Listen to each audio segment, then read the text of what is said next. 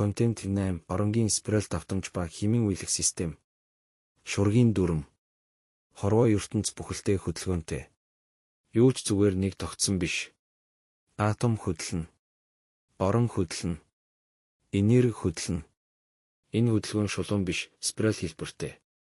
Бид химийн үейлэх системийг харахад нэг сонин зүйл ажиглагддаг.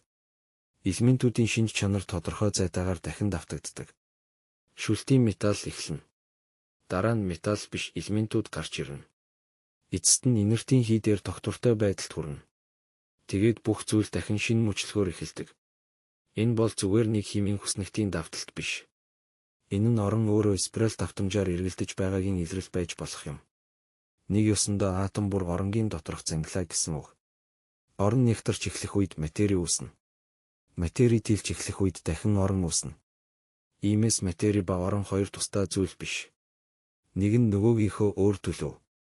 Энэ хөдөлгөөнийг ойлгохын тулд шургийн дүрмийг төсөөлж болно. Шураг ирэхэд үзүүр хэсэг урагшилж, төв цэг рүү хүч төвлөрдөг. Харин шургийн хөндий дагсан хэсэг нь арга чиглэлд тэлдэг. Эргэлт ба шилжилт хоёр хамт явагддаг. Орчлонгийн төвшөнд ч ялгаагүй. Орон эргэх үед матери үүсч болно.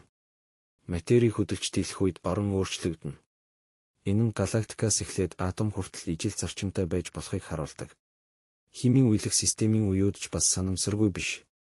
2, 8, 18, 32.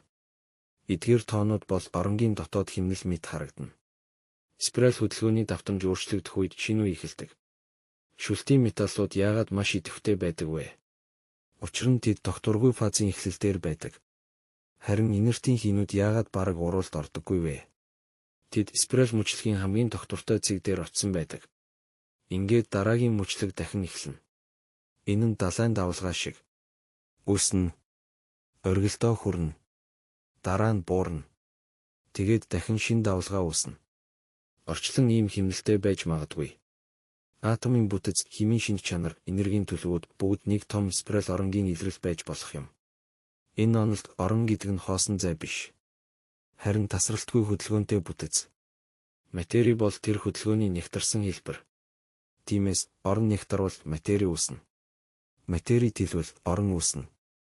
Энэ нь орчлонгийн хамгийн суурь уруу хамаарал байж болох юм. Магадгүй бидний бодис гэж нэрлэдэг зүйл үнэндээ оронгийн эргэлтийн тогтвортой зангилаа байхыг үгүйсэхгүй. Тэгвэл химийн үейлэх систем бол зүгээр нэг элементүүдийн хүснэгт биш. Харин оронгийн давтамжийн зураглал байж мэднэ. Спираль хөдөлгөөн, давтамж, фазын шилжилт, тогтворжилт. Эдгээр нь тус тусдаа ойлголт биш. Нэг л том хөдөлгөөнд бүтцийн өөр илэрлүүд юм.